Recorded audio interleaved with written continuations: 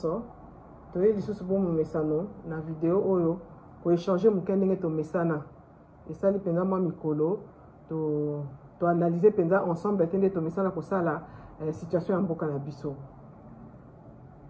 Peuple congolais, n'ayez penza ko la msabino, je viens vraiment vous bouger un peu parce que les lignes sont en train de bouger au pays. Les événements que nous voyons se succéder au pays commencent à donner raison aux résistants. D'où j'appelle à la vigilance du peuple congolais, la vigilance des résistants ici dans la diaspora comme au pays. Ne soyons pas distraits. Si on veut réussir la libération de notre pays, la libération totale de notre pays, restons debout, restons vigilants, évitons la distraction.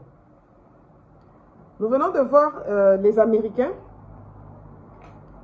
commencent à dénoncer eux-mêmes les dégâts de leur pion Kagame en Afrique centrale.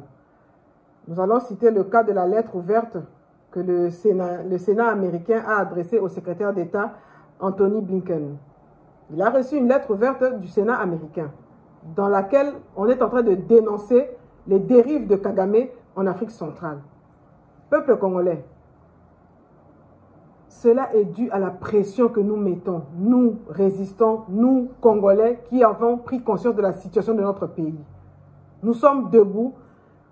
J'entends certaines personnes faire de la récupération. C'est grâce au voyage de Félix, à sa diplomatie, etc., etc. Je pense que c'est plus grâce à la pression que met les résistants, la pression que met le peuple congolais lui-même face à la situation de son pays. C'est ce qui fait que les lignes commencent vraiment à bouger. Mais cela ne veut pas dire que ceux qui veulent faire main basse sur notre richesse vont s'arrêter. Hein. Ce n'est pas parce que les Américains ont écrit une lettre que eux vont se stopper.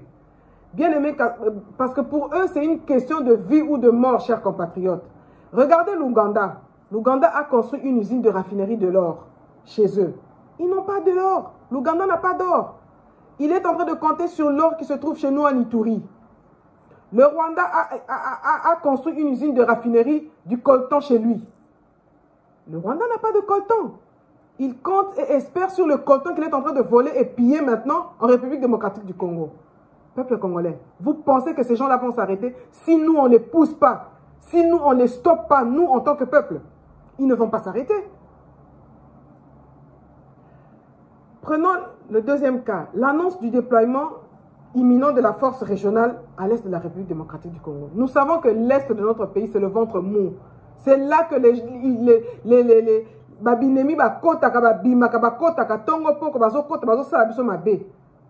Kaka kuna nde ba déployer les biso force régionale kuna. Franchement, Félix Tshisekedi, c'est le karma du peuple congolais. Franchement. Et dans cette force-là qu'on va déployer à l'est de la République démocratique du Congo, nakati kuna banguna na biso bazali. C'est-à-dire que ceux qui nous attaquent, ceux qui nous agressent, feront partie de cette force-là. Est-ce que vous pouvez comprendre un peu ça? Bato bazo ko attaquer biso lelo, baza ko piller, baza ko massacrer biso, baza parmi bato bakoya ko déployer na est. Est-ce que vous avez besoin de faire une occasion? Ole boyi baka na kobatama, boya na bino loko la force, boyi baka na misu polele. Et ça, ce sont les accords que celui qui se dit président du Congo a signé, est allé signer. Est-ce que ce monsieur, c'est vraiment le président du Congo? Est-ce que Félix Penza, Aza Penza congolais, à un moment donné, comme Laurent Désiré Kabila, à un moment donné, moi, sursaut patriotique, il faut ça là. Et pas Félix, on ne sent rien. Aucun sursaut patriotique. Aza Naza ko signé ka mikanda pour ko kabamboka, ko teka kitayamboka, ko kabamboka, et le Congolais ne se retrouve pas. Peuple congolais. Bato baza ko déstabiliser biso. Bato baza ko boma biso. Bato baza ko piller mboka na biso. Bango wana pe ils font partie de ce groupe-là. Parmi bato bako za déployer kuna na est, bango pe baza na kati. Ba Rwandais baza na kati, ba Ougandais baza na kati, ba Burundais baza na kati, ba Tanzaniens baza na kati. Bato bazo sala biso mabe. Na kati ya force wana, eux ils vont se retrouver là-bas. Siko au peuple congolais. Bo gagner to gagner guerre wana ndengeni. Toko gagner guerre wana ndengeni. C'est pourquoi nous devons rester éveillés. Nous devons rester mobilisés. Voilà pourquoi tout ça bengi sa manifestation moko manif moko na Paris le 20 août. bokanga ba date na bino bokomanga na ba agenda na bino manif moko eza le 20 août na Paris toza ko telemela occupation toza ko telemela pillage pe ba massacre ba génocide eza ko sala na mboka na biso bon noter date on a to kozongela bino avec plus de détails plus tard. Peuple congolais muta ko telemela biso azalité so to telemela biso moko te muta ko telemela biso azalité. Il ne suffit pas d'écouter seulement bah discours, il y a communauté internationale, comme quoi on va aider le Congo. Ça ne suffit plus. Les discours ne suffisent plus. Le peuple congolais veut la libération totale de son pays. Tout le monde a une occupation.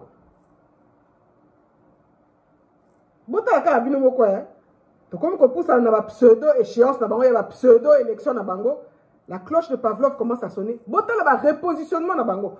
Observez la situation. Bota là-bas, repositionnement na bango. Le déballage de Katumbi, nous y reviendrons. Moïse Nzangi qui quitte ensemble à Moïse Katumbi, à Zongi Kotoyo. Olive Lemekuna, à Beninon, moi fils, Miko, Kopona, Kopakola, Mama, Futapona, Olaxake, Mama, ni Mama, Yé pas ça. Kamere, Kobima, Kamere, Pe, et ça, et ça, et Banate, Azo, la Tanono, Bakouleur, na été. Kabila pe boyoka ki na ba média awa ya ba mindele ndinga za kolobake soki Félix a organisé l'élection te egoyinda tandis que yé pas za kozonga repositionnement bandi peuple congolais vous allez continuer à faire confiance na classe politique ya modèle oyo ya solo wana boko kongi ko sala confiance na classe politique ya modèle oyo bazala kana kaka soki ba moni ke ba pseudo élection na bango comme ko poussana ma bandit, langage n'a pas comme il y a pour flatter peuple congolais, chers compatriotes, va flatter bino en 2006, va flatter bino en 2011, va flatter bino en 2018, et là au moins ça l'a raté. Bakoyana bakola kabino to sali la bino ba sala ka elo côté peuple congolais to telema to benga na bango. Il est temps de chasser toute cette classe politique. Bazo sala elo comme côté. Elo côté baza na kala pona ko ba poche na bango ba famille na bango bomoni bino moko bande ko ngai to ko tolérer ba modèle ba politicien oh jusqu'à quand ils sont là que pour leur ventre ba oh to tinda kuna na parlement oh bino soit disant bo tinda na parlement kuna pona ko lobela rabino ba commander ko réclamer ba mabum na bango ba salaire na bango ba matisaka peuple atanga bana na biso batanga te etali bango te gratuité scolaire yango échoué. Est-ce que ta motion moko etomba na parlement na pona kolobela yango eloko te bango baza ko matsa ba salaire na bango mais ba fonctionnaire na biso baza ko zo eloko te ba professeur baza ko zo eloko te et vous allez continuer à applaudir ce genre de politiciens miyibi oyo non peuple congolais il est temps to telema bango to telema comme ça botala kala na Mali botala kala oyo eleki na Mali c'est le soulèvement populaire.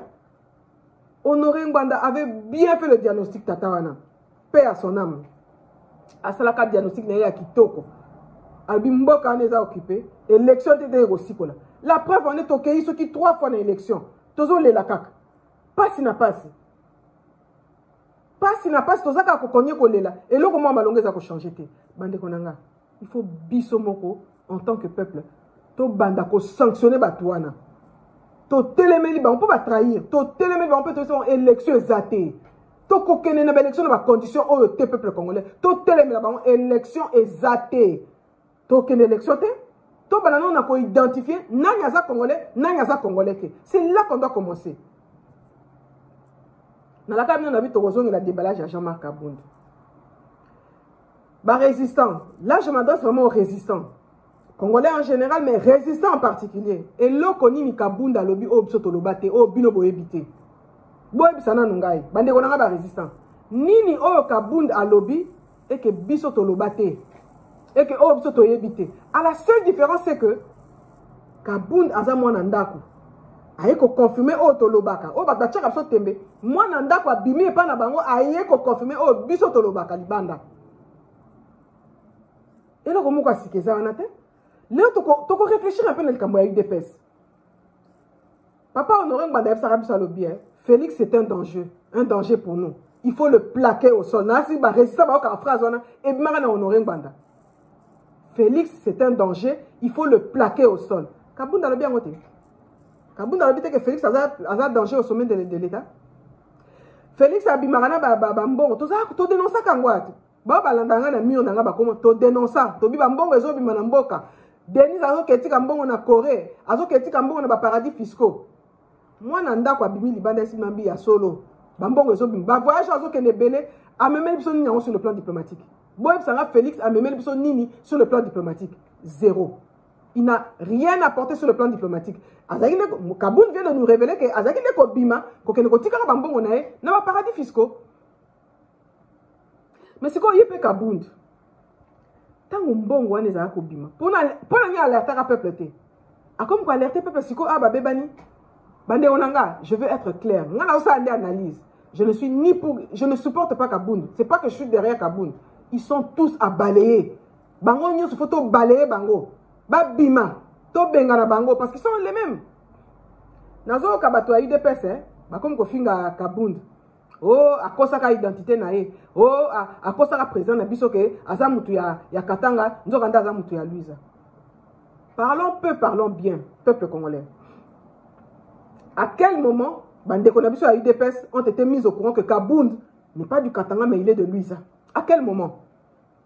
Poser la question, c'est y répondre. Mais je veux répondre. C'est lorsque Bruno Tshibala a mis en un tribunal. Tant que Bruno Tshibala a mis en un tribunal, Kounande, quand Kabound déclinait son identité, Ndé a décliné l'identité à l'objet Kasa Mouta Luiza. Ça, c'est une preuve matérielle que nous avons. C'est quoi, Bango, pas plus ça soit preuve, est-ce que Kabound a ça, Bango Kasa Mouta Katanga. Ça, c'est d'une part. D'autre part, si ils ont cette preuve-là que Kabound a ça, c'est pas parce que Mouta Oti, Kamina Kasa Office Mouta Katanga. Moulou Bako Ota Nepe na Matadie, ça veut pas dire Kasa Mumboma. Moussonga Ko Ota Nepe na Lodja, ça veut pas dire Kasa Moutete là. Kabound a autant na Kamina. Soki bango bato ide pesa baza na preuve que Kabound a yeb sara bango kaza d'origine. Ya Katanga, ba tia so preuve na mesa. Mais la version officielle, oh ngana ko koloba, devant l'État, c'est quand Kabound déclinait son identité tant Bruno Tshibala mémoire bango na justice. Donc, c'était avant l'élection à Félix. Félix a usurpé nini Victoire Wana a Matina Ngwende a commis président ya Congo. Azu Kabound, sachant que Kabound a usurpé d'identité, aucune sanction, Bozouye, Bocheye Wana, comme étant à diriger parti Nabino, secrétaire général à parti. De qui vous vous moquez? Vous vous moquez de qui? Les lobos ont que non, Kabound a Kosaka, mais Mouto a Kosaka Bino, on peut sa responsabilité à parti Nabino. Donc c'est entre vous. Vous dites quoi qu'on a ce peuple congolais, vous avez Toko Balé, Nonyonso. Toko ni Félix, ni Kabound. Parce que tant que Kabound, tant que Félix a Yiba, au lobby d'un peuple, yo po Yiba qui n'a bango. Yangwana jouissance, c'est vous tous. Et pas tout le monde a Yon na Punda, et pas tout le monde a Félix na voiture à Mickey, à Zako Lukaso, et puis qu'on récupère ce qu'est-ce qu'il avait raté, je sais pas.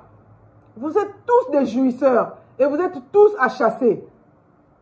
Bino pe ba mususu, Kabound azaka naza usurpateur, boyem sera peuple, boyem sera absolument. Ce n'est pas le moment où il y aura une sensation que Kabound aza muyibi, vous êtes tous pareils. Vous sortez tous de la même maison. Biso libana tozo mona moke wa banda ka tata moko bike jamba di moko boza batu mo photo bengana. Point barre. Point barre. UDPS binonde boza tribal.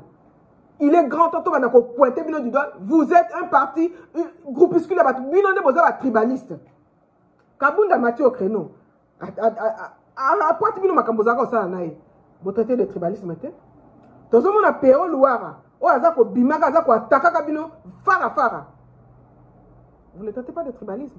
Pourquoi quand c'est nous autres qui ne sommes pas Louba, tant que Loba, ne sommes pas tribalisme? En réalité, le tribalisme, c'est vous.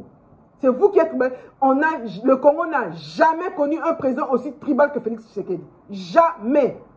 Yéné Mobom, Yéné Mopandi. Et un président le plus ignorant au Congo et connaître, c'est Félix Tshisekedi. Rien de bon. Rien de bon. Bande Onanga, on n'arrête pas la vérité. Hein. On n'arrête pas la vérité. Comme je venais de dire, nous sommes en train d'assister à un repositionnement. Oh, Kabound Azo Salana, et ça repositionnement. Pseudo-politiciens Nabinoana, qui veulent maintenant faire bonne figure. Pour nous laxer, non, bango pena baliga qui peuple. Il est grand temps de les balayer, peuple congolais. Beaucoup de la distraction na bangote. Beaucoup de la distraction na bangote. Malgré leur silence, malgré leur complicité, malgré Makambo Basali, le discours de la résistance a atteint les fins fonds. peuple congolais a ébi que Mboka est occupé, que Bino, vous avez été complice, vous avez ouvert les portes, vous êtes des gens à balayer. Vous êtes maintenant des gens à balayer, beaucoup de Tikalana sous-souté. Beaucoup de Tikalana sous-souté. Discours à résistance, c'est commis. Peuple a à télémi, peuple a à télémi la Bino. Peuple au monde, beaucoup de l'écaté. Ce discours dont je fais allusion, c'est le discours dont M. Honoré Ngwanda a martelé pendant des années. Paix à son âme encore. Papa a bandi kolobe la ce discours à cela qui diagnostique à bien, paix à paix ça qui une solution à bien. C'est le même discours que Honoré Ngwanda que biso totika na résistance congolaise avec maman Candido que tout ça qu'on mené discours on a pas idéologie on a au bon port. Peut on recoma. Ba résistant nyonso na o répéter. Na maman Candido keke, na ba réseau mo kondi o totika na nango. O eza na kati ya mboka. To sengi na peuple congolais. Bo bongama. Na osenga bino merci ba basi babani ko s'identifier parce que tozo mona ba identification et belé eza koya. Continuez dans cette allure là, continuez à vous identifier. Identifiez-vous bandeko nangai. Parce que au moment opportun to ko teleme la bango, continuez à vous identifier en tout cas, le sako mingi pe merci na ba basi ba s'identifier, continuez à vous identifier. Tozo ko poussana jusqu'à ce que to ko benga na batouan to ko teleme la bango, bobeta sur l'élection te bandeko nangai. Sur l'élection, nous devons d'abord identifier qui est congolais et qui ne l'est pas. Congolais, dans le niveau autosali, il faut tous être sévère. Il faut être très exigeant. Oyeli biso o ongo kama to lingi su ba voisin ba o kamba biso te. Lobi mundele moko apesa ba misala kuna na Katanga akobi mapa bia comme président. Le Belge là qui est au Katanga comme on a échappé ngai. Lobi pas comme lobi pas comme président. Et le jour où la Belgique aura des problèmes avec le Congo, Tosuka, il est présent, on a penché de quel côté? Soyons exigeants. Au niveau comme président Congo, tu as l'habitude arbre généalogique jusqu'à la 4e génération. Point barre. On te soutiendra si tu veux vraiment la peine. Tu as l'habitude arbre congolais comme exigeant. Pas n'importe qui va briguer encore cette place-là. Non. Des Congolais dignes, de vrais, de pères et de mères Bazali. Oh, bah, qu'on occupe peu position. Au Lingi comme président, Moutounion sont sans exception. Il y a l'habitude arbre généalogique jusqu'à la 4e génération. Tu checkes en option son temps que les Congolais, Tomati, Tolekin, là. Oh, il y a Koyaka, Bandako, Koluka, Kochaka, n'importe qui. Congolais, athée à Marakakate. Congolais, athée à Marakakate, peuple congolais. Dès qu'on a un il faut s'identifier. Que moko na biso ezana ba scandale ozana tambo la ndate po buzoba na ba bêtise médiocrité po makambo ezole kalo na mboka tant biso to lobaki yango ba to ba aîné ba aigri bolingaka te bo sala boy siko lokola muluba muta lobi yango to le bana bongo to kele muluba muta lobi yango muluba oya lobi yango asa moindre te yango moni naza mutu na réfléchissaka nazolo bana baluba oyo bazo sous-estimer Kabundo attention omoni Kabundo azaki secrétaire ya parti Kabundo arrive kokosa papa Tshisekedi kaza Katange maza muluba déjà papa Tshisekedi nenga kufa na bika na tika Katange na parti to ka de muluba chibindi na chiba hôtel kaka Kabundo boy muluba ya première heure donc aza mutu boko sous-estimer était tala kaka kosa mowe de deux avec premier secrétaire ya parti na ba bozo monika lokola longwa kuna zoba kosa lokota utamboka oui François Hollande secrétaire ya parti na lo bana baluba pour toujours benga na bino mais merci pour votre vérité na pesi bino ka mayele bozo sous-estimer ma robeti sabino libaku shit ya liwa donc arche zo couler mon arche noé donc ils ont coulé kala mingité donc François Hollande a secrétaire à parti ba sous-estimer Azamou Azamol Azaboye mais c'est lui qui est devenu le président de la République française attention ba secrétaire ozomona azalona poumon donc ils ont le kanamboka na biso Kabundo alobi nyonso malobi nyonso pona ngakota alobi te po Kabundo toza ko zela yebisa biso et loko ne lekaki na jeunesse parce que ya tindaki bat na jeunesse que longola signature wana alobi amote jusqu'à zo baraka lo ba juicer bani wana to lo baramo déjà to yeki wana binoti bino to misa biso makambo bo fanda kina bato wana babudimbu banani mususu wana ba miyibi wana nyonso za ko fanda bazo leka na ba mbonga social la bato biba ba prison ko kotina mona kisasa lelo to toza ko ba ke bato ba salate bato ba ye ko sala fête il est mon président de la République comme on a fête 2500 promesses non tenues lelo lokola muluba nazo baka muluba bako yilo baka muluba mutalo byango muluba Kabundo siko bo finga su Kabundo moko alingaka meka kacha bango baza na système nini yango nomoni nga mo eba kokeya te po na yebi bango lokola poche nanga akacha alingaka meka kaka bimisi mutakala na yaki akoma azala Canada kabunda meko tumba bango bimisi sex tap na mutakala wana technique na bango mais kabundu biso za na besoin na yete neti ngai congolais boy na ko lingaka te bo fana kina mwasi bolie bomeli bosali makamunyo surtout boko sala olobaka te ke mwasi na asubaka na mbeto olobaka te tango to lobaka mwasi oza na comportement mabe te aza mwasi malamu po yo fanda kina ye leo lokola bokabwani ndo walo sabiso ke asubaka kutu na ndaku aloflaka na butu asa mais non ça c'est n'importe quoi voilà bo ya bengi bon compétent lobi abengi te alobi makambo bango bataki na kati les compétences commencent par lui-même le secrétaire ya parti donc on s'est pelate secrétaire il a parti dans le papier en France donc secrétaire a parti à Macron alors que Macron il est compétent directement français ma bengani tous les relations ba congolais bana nchangu bana moamba bana lukunga bozo la suni pour vérité ya moi c'est bimi mais bo télé mana marche makambe élection ko sala te to lingutu makambo mutana oya ko na élection tout le liboko na likolo ko kata il faut to benga na régime oyo toza na biso na mutu moko te otoko talele to ba que non un opposant valable oko bongsambo tous ce sont des hommes à système en tout cas mais Nassir Olandipe après réaction à Jean-Marc Kabound Olandipe Kabou ya pas zone aleki en tant que secrétaire il y a parti il y a IDPS pour le moment il y a la secrétaire à parti présidentiel voilà ils allaient nous témoigner il y a beaucoup les aller la secrétaire aleki est pas répondre Kabound alors oui que non les vrais justiciers les ayo et puis à Pessina Masolo ba carré miné ya Lubumbashi o esali que raison bango batayi de pesa bazo pesa o ba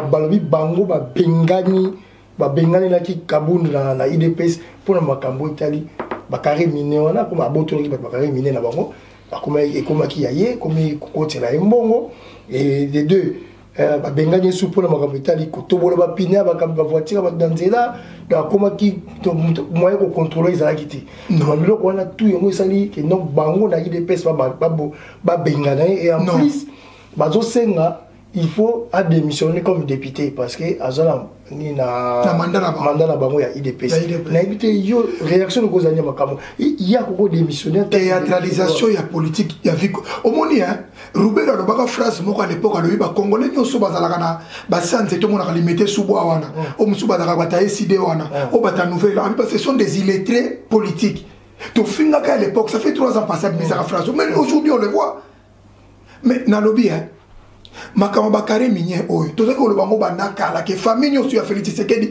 baza na este bakeluka nini omoni sikola tozongi FM bino oza soutenir FARDC mais bango baza na kare minye olati polo je suis FARDC na loa boyo ozoboya mais kenga ngalité okeyemba banzembo est-ce que sikoyo dis-moi tozona no bandeko baza na ligne ba congolais bo réfléchir au-delà ya makambo nyonso mbongo Kabound salaire au Kabound tela no ba terrain na ndako Kabound azana ngo salaire ya oyo azana mo ya musani ko tonga biloko wana ba balobi mutapesa ke cadeau ba pesa na ki cadeau parce que ya Félix peut aller surtout na Belgique si ba château nyonso komi ya bango ba château nyonso na poto ya bango Félix azako somba na famille na ye sikoyo soki Kabound azana ngo balobi ya ye bongo ya bawo batikali wana et salité mais en attendant Congolais ont souffert-il Congolais ont défendu pas Congolais ont couranté Congolais ont souffert d'une manière au malaria typhoïde nous se sommes la salité Congolais wana ba pauvre na niveau na pas finga ka bato baza na poto bazo réveiller bango mais bala mugi na to bagi muto bazo ba non bato baza ba JC abi président comme fête cap chaque samedi fête azabe kuta ala vacances na Allemagne et na Espagne tout à la niveau ya mboka bato ba soutenir ki FARDC Fabrice Pino ozaki te te ingate nga bo bato ba ba kwande wala Tala que soutenir tant on a zakolo bino que M23 zaki ya papa Tshisekedi bobo ya kiti na lobaki na bino que M23 oyo Rocher Lumbala lobaki zaki ya yete na lobaki na nutu na Valentin Mubaki ya sala 200 kuna na Rwanda kina osana bakor le limité nzoka nde M23 ba mona batasani c'est limité ya musu mona batela baza viola papa ba finga ka mutu nyoso ba banga ka mutu te milice muko za kosana kingabwa tu te souviens encore bango wana de bazar déjà na Kisasa bava na bango tango Félix alaki secrétaire et soki affaire intérieure ya mouvement na bango ndesika ke ndoko na makamba yango bazo la accord Addis Abeba ti lelo lobela biso accord Addis Abeba pa marate ndezaki makamba M23 siko pona ni biso a Congolais tozo kufa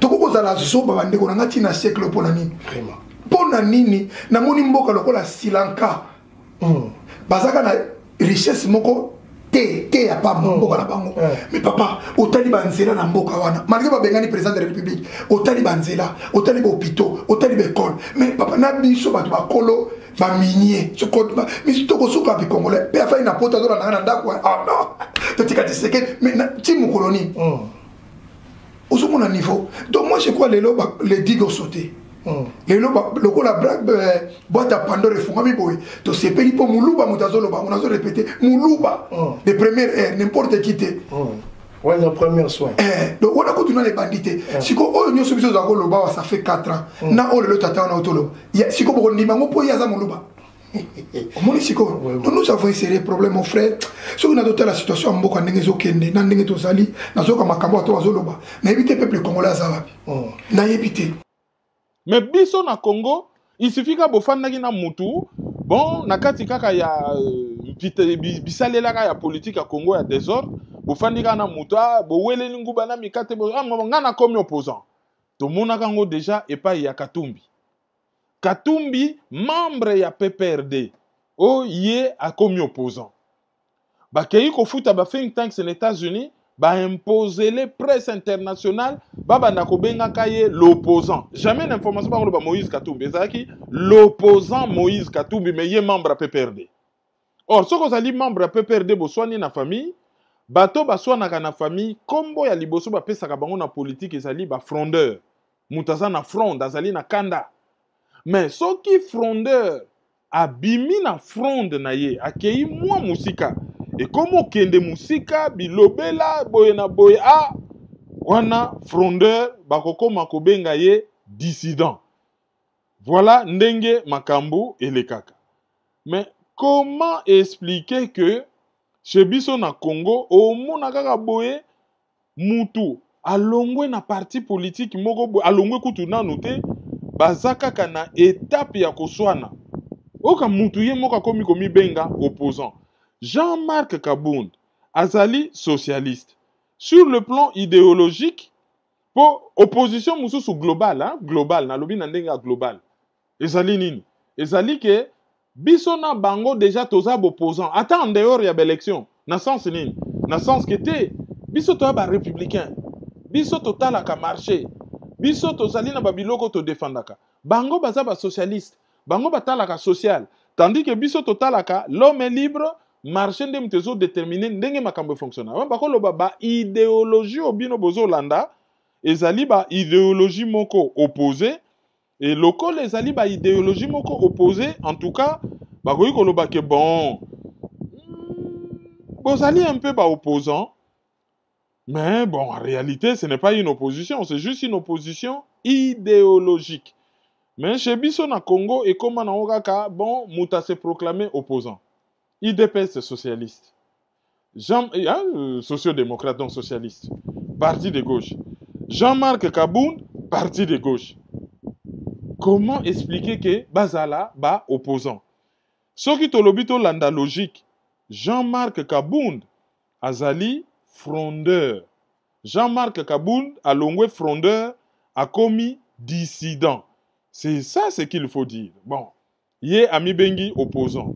Donc, on a rappelé bino déjà ka ya Moïse Katumbi. Oyo et comment ki kutu ye moga lobi non. Ngana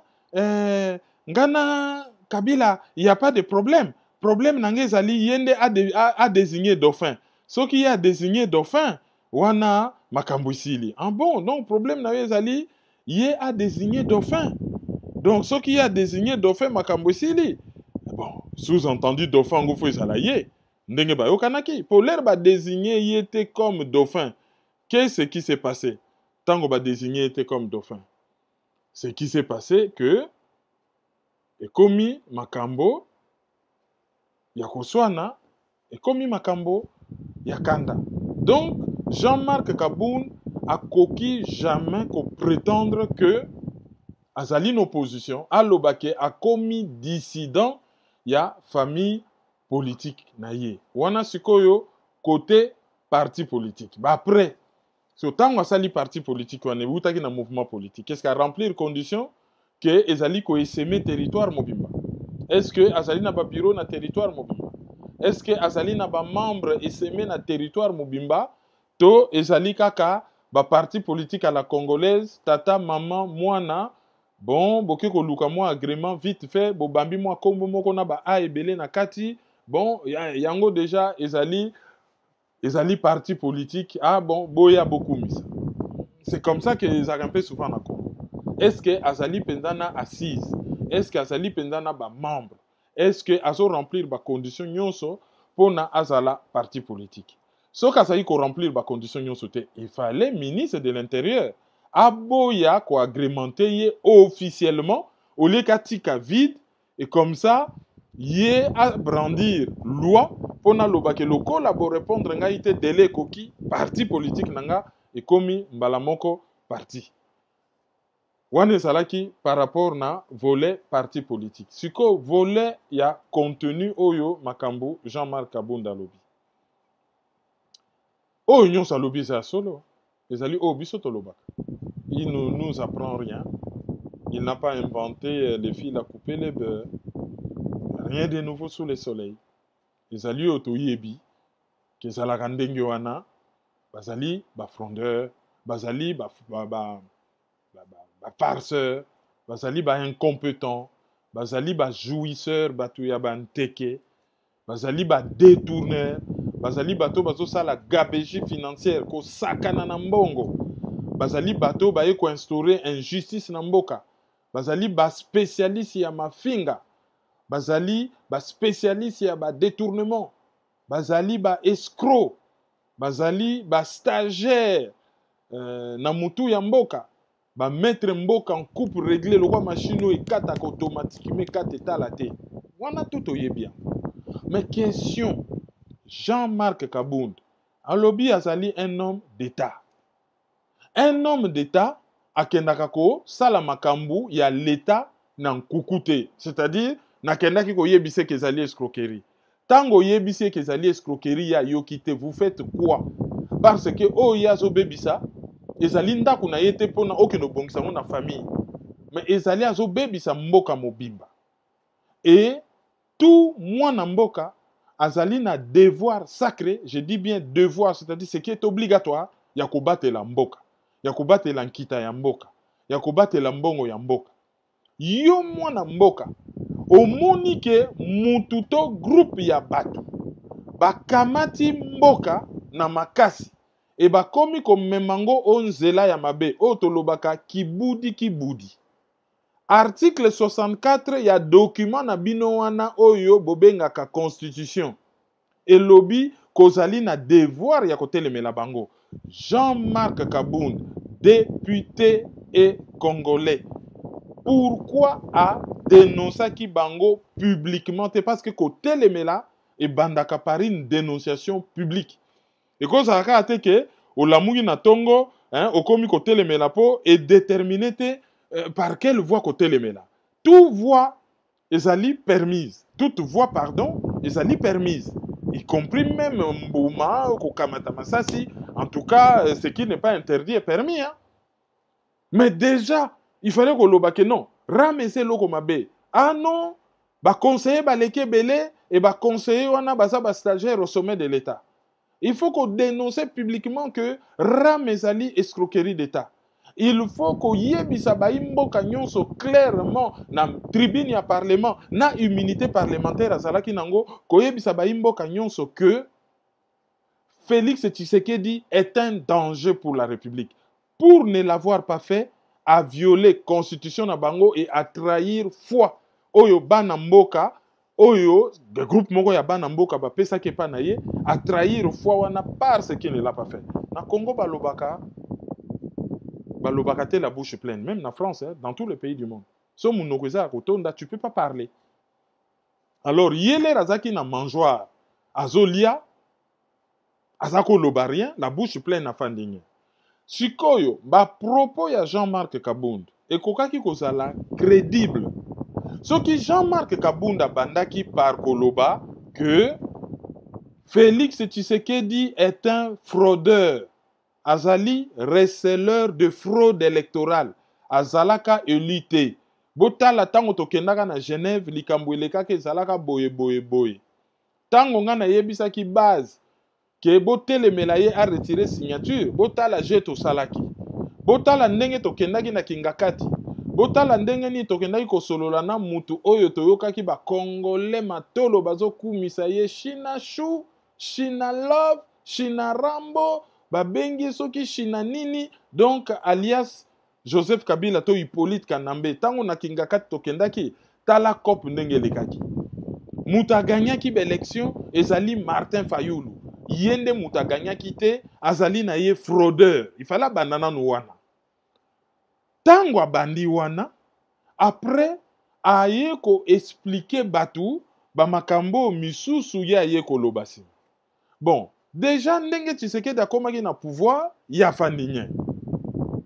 Mais aye ko démontrer que azo bebi samboka. Mais pour na bebi samboka akomaki na pouvoir ndenge nini. Et l'autre zo faire perdre na Jean-Marc Kabund déjà une partie ya crédibilité ya ba propos na ye. Deuxième, eloko oyo ezo rendre ba propos na ye moins crédible. Ezali que autant Félix Tshisekedi na bande na ye, ya ba checouleur, ya gauche à droite na ba incompétent na ye en s'entourant na bango. Autant bazo nginda très vite, autant Jean-Marc Kabund, il faut pas expliquer ba Congolais. Villa na ye oyo ya limité. Balobio asangisaki 6 parcelles. Mbongo eutaki wapi. Mbongo oyo ya tongelaki école. Eutaki wapi. Mbongo oyo ya zotongela stade. Azotonga ngote pour les beaux-yeux des Congolais. Ezali ba apa électoraux. Ah ngai botala bilan na nga na tongi ata mwa boye so bopesi nga mboka na kotonga ebele kaka na salaire na nga na tongi école na tongi stade. Nyonso ezali ba apa électoraux. Mais Mbongo et wapi. Jean-Marc Kabund, qui comme Félix Tshisekedi n'a jamais travaillé. A Wutika Likasi, a sali et loko ya minene yo, ye a sali même falsification ya identité na kati ya Congo. Biso anapoto oromona Kongola komi Angolais po nangunda. Angola komi Congolais po nangunda. Mutaya wa changer kombo. Mais ye alongwe mutu ya Louisa Muluba akomi Rund ya Katanga alongwe kabundi wa kabundi soki kabunda wa kabunda mbala moko akomi kabunda kabund bakomo kanisa kazali Rund ou azali Lunda. Donc asali falsification ya identité ethnique, falsification ya région. Abimi Katangé aussi longtemps qu'azali Kassayen parce que Etienne Tshisekedi étant Kassayen, azalaki ko éviter qu'on nomme Kassayen Moussousou secrétaire général. Il y a UDPS bien que Azali grand tribaliste devant l'Éternel et que Marie-France Cros, il y a la Libre Belgique, à l'obaki que Etienne Tshisekedi a boma UDPS pour na tribalisme naye. Mais place où azako sala moi j'ai naye wana que bon il y a ça tribaliste était bon tout chana no muta. Allez, Kabund ami bimisi Katangé. Il fallait pas expliquer Batou, falsification identité na yoana et salamaki ndengeni. Il fallait pas expliquer Batou, elengi ya pouvoir. Ndenga yoka ke elengi ya mpunda kuna na mbwela loge. Il fallait expliquer Batou. Il fallait expliquer Batou, azana mituka combien? Azana ba carré minier combien? Azana ba villa combien? Source ya ba revenu na yezani. No okokite koya ko dénoncer Batou oyo yona bango bo participer ne loko tango esange koti mobulu yo dénoncer mais tout en gardant mais place azo ça la conférence de presse luxe wana mais ba expliquer Batou mbongo e utaki wapi et loko ya mibale oyo ezalaki kolongola crédibilité à Jean-Marc Kabund yango wana. Eloko ya misatu oyo ezali ko diminuer crédibilité na yo to bengango une espèce de motif à soupçon. Oyo tokoki komona que ba propos na ye ezali clarté. Si qu'on azo répondre na question sur timing. Ezali que tango ezo yinda likambo Bunagana. Rwanda a attaqué Congo na fone na ye ya Bunagana. Félix Tshisekedi a sali makele les populations, rien. A organisé concert na stade des martyrs. Et bandina nous réconciliation à Wenge. Batbabosa ni réconciliation. Mbalamoko, oh non, indépendance. Batbalobi te. C'est la défilé militaire, il faut récupérer Bunagana. Ote, et comme ils soutenons les FRDC. Soutenons les FRDC. Ceux qui vont soutenir, c'est que ça faut à combattants. Bango basali bandoki. Bango balingi mbokate. Soutenons les FRDC. Bon, ah non. Financial Time. Ngana kosa la guerre. Rien. Bunagana kako kipe. Aken Angola kuna ameki komi kitisa. Ote. Kuna kuta lobby qui était ya kanga ke longi toyoki kutu na radio télé ka Diosha babwa ki balobi Kagame kuta fukama ki pona senga pardon wana na télé ka Diosha et simbi kakati bu mbala moko atindi un ministre rwandais ministre ya gouvernement congolais oya zali pe rwandais Alexis Gisaro bakende ko fukama ku ne pas Museveni. Museveni pa choli bango eloko ne komeli bango penda kaka nyembe opinion publique alingi koyoka te y compris même batuna bango malgré ekomi kaka ouais il faut soutenir les FRDC bazo kokalisu soutien mbala moko eloko Jean-Marc Kabunde kwei et bendi actualité tout est-ce que ezali ba jeune na bango ya UDPST bon se rappeler Jean-Marc Kabunda alobi likambo moko ya motuya na discours na ye. Alobi ye azali héritier ya Etienne Tshisekedi de heureuse mémoire. Heureuse mémoire pour na ye. Mais pour na biso, c'est une calamité politique, une des plus grandes escroqueries politiques que ce pays ait jamais connue. Et l'obata ba panafricaniste oh ya Afrique Média, ba lobby les occidentaux ba réussissa exploit. Il y a qu'à faire passer une opération de traîtrise politique, comme ici en opposant. C'est-à-dire, en fait, pour le dire autrement, lobby, entreprise moko, il y a traîtrise, c'est-à-dire, tu sais qu'il dit entreprise, il y a traîtrise. Occidentaux va présenter on a mis ça congolais comme lutte pour la démocratie, lutte pour l'état des droits. Nzokande c'était une opération ya traîtrise ya côté Kamboka. Alors mutu ya ndenge wana oyo azalaka traître. Oyo il n'a vécu qu'au crochet de l'État. Banda azalaka étudiant n'a vécu qu'au crochet de l'État jusqu'à sa mort enterré par l'État. Oyo azalaki pseudo opposant ya Mobutu. Bazo sala baje na Moi, bazab opposant na Butu ba master. Alors, il y a lobby azali héritier politique à Tshisekedi. Donc, à lobby que yé a koko ma faux opposant te à lobby te. Mais toko kiko extrapoler hein. To mener raisonnement par analogie. Donc, loko la Tshisekedi azalaka escroc politique, c'est-à-dire Etienne Tshisekedi, c'est-à-dire faux opposant ya Mobutu, ba jeune bango. Donc, Jean-Marc Kabunde pe ayeko lobaka en tant qu'héritier à Tshisekedi donc yépe à kozala pseudo-opposant, il y a Félix Tshisekedi. Pourquoi? J'en veux pour preuve. C'est toute l'histoire politique à Congo. Mobutu, Azaki n'a besoin d'opposition. Pour les réseaux qui ont dictature, ah bon, pour calmer la population, bon, il fallait créer un opposant. Bato Bazalaki na sima, ba service belge, batali balobi soto créer les opposants, bako bunda tellement que bakozala occupé na bitumba bako développer mbokate comme ça to l'excella bangolaire banda 1990 na discours le 24 avril o Mobutu alobaka comprenez mon émotion Tiller afdel ayaki na 1997 to sala 7 ans ya transition ya bon malheur mais na kati wana s'est passé des histoires tôt ou tard Alingete n'a jamais atoucha likamwaram teti lelo hein makamutu batu bayebi Alingete ti lelo atoucha makamwaram te inspecteur général des finances tu bon waramba millions de brassa et sika et kenda te. Donc ça c'est déjà un dossier de Tolobaka. Le jour où on aura un véritable pouvoir, Félix Tshisekedi ne peut pas y échapper. No itoyebi na ba kombo ya batu ne peut pas y échapper tout simplement. Donc, alobé Makamwaram, ezali escroquerie. Donc, aye qu'on rejoindre biso na dossier wana. Félix Tshisekedi, c'est un régime incompétent. Il y a un jouisseur. Et il va même trop loin que le pays est en guerre. Mais celui qui joue le rôle de président, chaque week-end, cela coule douce. Combien de fois tu as dit, oh, mais attitude ya muto yo, eza attitude ya muto oyo alingi mboko te. Attitude ya muto yo, eza attitude ya muto qui est en phase na population na été. Attitude ya muto yo, c'est un sans-foutiste hors pair. Bon, comme vous dites peut-être pas Jean-Marc Kabound, peut-être pas de et puis ici j'observe, tout simplement parce que, et là on a le bagage, il faut qu'on rappelle tout le temps.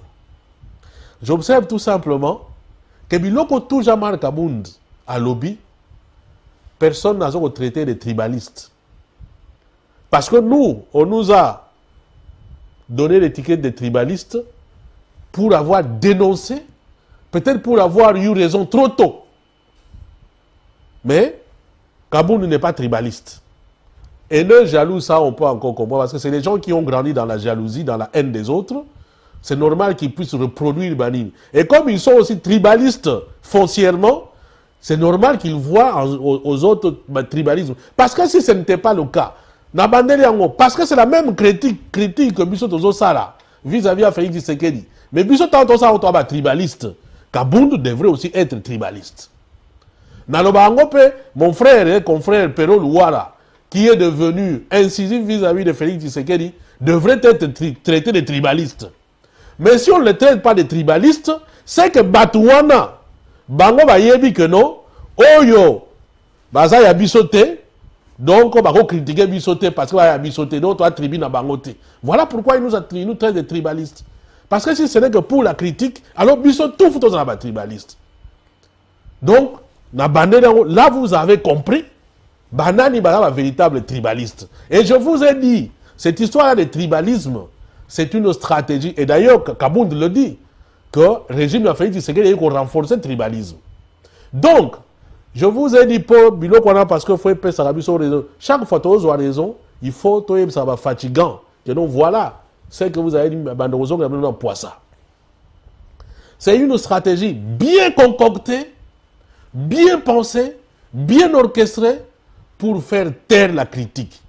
Parce que, il y a dit que, ce qu'on touché, allez, nous allons nommer tous ceux qui nous sont proches, il y a famille, il y a écolo, et tout ça, et tuer les langues de la République, mais Moutou ne doit pas parler. Alors, le jour où personne vient relever le Kowana, directement, tu sais que nous sommes tribaliste, Bakolemba, et vous avez vu, les gens ont eu peur. Il y en a un autre, vous voyez, j'ai dit, moi je ne me tairai pas, parce que je sais que c'est une stratégie bien concoctée. Parce que je sais que je ne suis pas tribaliste. Je sais que je me bats pour mon pays. Moi, je ne me tairai pas. Je ne ferai pas le flanc. N'a batoué qui ont concocté leur stratégie pour nous faire taire. Les lois, allez voir, par exemple. Vous avez vu l'image qui a circulé sur le Conseil supérieur de la magistrature. On sort une photo de famille en dehors du Premier ministre. Tout le monde est kassaïen. Même à l'époque de Mobutu, on n'a jamais vu ça. Alors, un vrai patriote, même quand tu es kassaïen, tu dois apprendre à dénoncer ce genre de situation. Parce que ça ne va pas dans le sens Yamboka. Wane ezali justement biloko ils ont créé ma frustration et pas Yabatu. Donc ça signifie que quand toi tu as un problème de justice avec Félix Tshisekedi, tu as perdu. Parce que quand Félix Tshisekedi met ces gens-là, il ne les met pas en fonction à fonctionnement Yamboka, il les met en fonction à intérêt naïe. Il se dit, il a évolué dans un monde foncièrement tribal, il se dit que la solution ne peut venir que de son frère des tribus. Et puis, ils ont dénoncé Yango. Et nous lui disons, fais attention parce qu'en réalité, intérêt Moussoussou, tribu et compté. Et Jean-Marc Kabound en est, je veux dire, l'expression.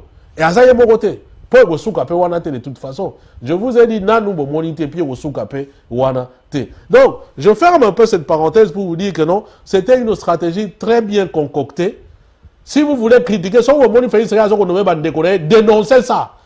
Nabiso, naba fatigant, pendant ma kamoyanine, il y a combat, nous avons dénoncé ça. Tu dénonces la tanganisation armée, tu dénonces la soilisation, il y a armée, il y a institution, Toloba Yango, on a tout ça maï na munogote, et les soilifons n'avaient pas crié au tribalisme. Donc, tribalisme, dès que tu parles à un Moulouba, tu deviens tribaliste. Non. Il faut ni Niwana et Sila. Nous voulons des gens qui fonctionnent en fonction, il y a République, point barre. Donc, je disais, ici, curieusement, on ne les traite pas de tribalistes. Na biloko Touya lobby qui confirme biloko Touya Lobama Awa. Donc, régime des jouisseurs, des incompétents, des prédateurs, ben, tout ça est Lobama Awa. Et Lobama coûte avec des éléments à l'appui. Voilà ce qu'ils sont en train de faire. Voilà boy. Voilà côté ton outil. Batoué balingi moka bako sa la boyete. Voilà. Les loyo Jean-Marc Kabound Aye Ko Bimisa Yango. Félix Tshisekedi prépare une fraude électorale. Celui qui le dit, c'est Jean-Marc Kabound. Et il a conseillé même que Bisso Tobunda pour la démocratie. Bisso Tobunda pour que le peuple a pour la nini. Biloko yo salawana, c'est Jean-Marc Kabound qui le dit. Biloko yo salawana, ezali biloko oyo, ezali normal te. Mais tant que tu as dit bino awa, je dis, ah. Mais Moutou oyo n'a pas de bilan. Alors, comme je disais, franchement, quand je l'entendais parler, je dis, oh. Donc, finalement, Bisso va finir à Bisso, mais tout ça, ils ont une copie conforme, quoi. Copie conforme de tout ce qu'on a toujours dit ici. Incroyable, comme je m'entendais, comment. C'est comme Naoyo Kali Nao Lobanakat, il y a garçon à Yakabunda, en fait. Nous vous avons dit ici, observez chaîne, il y a d'ailleurs, kutu makamwa tribal temo ndongwana ka mutu wana il faut nini soko nini yango ainsi de suite. Je dis mais observez chaîne il y a processus électoral. Regardez Batou Félix Tshisekedi a placé. Et dans le bas de l'émission vous allez dans une élection avec Félix Tshisekedi sauf peut-être par stratégie Moussoussou. Mais si vous pensez que le garçon là nani Kadima to achewana Kamulete ils vont faire ça pour vous.